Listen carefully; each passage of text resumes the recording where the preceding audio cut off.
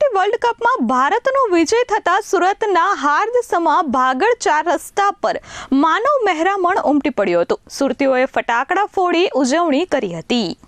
સમગ્ર દેશમાં અત્યારે ક્રિકેટનો જબરદસ્ત ક્રેઝ જોવા મળી રહ્યો છે, ત્યારે સુરત પણ ભારત અને ન્યૂઝીલેન્ડ વચ્ચે રમાનારી ફાઇનલ મેચના રંગે રંગાયું હતું। વર્ષ 2026ના T20 વર્લ્ડ કપની આ જંગ ઇન્ડિયાએ જીતી લેતા ઇન્ડિયાના નારા લગાવી સેલિબ્રેશન કરવામાં આવ્યું હતું। આ જીતને લઈ સુરતી લાલાઓમાં અનેરો ઉત્સાહ જોવા મળ્યો હતો।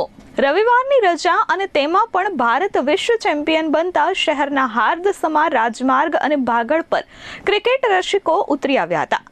આતશબાજી સાથે ભાગળમાં હૈયે હૈયું દળાય તેવી ભીડ જોવા મળી હતી।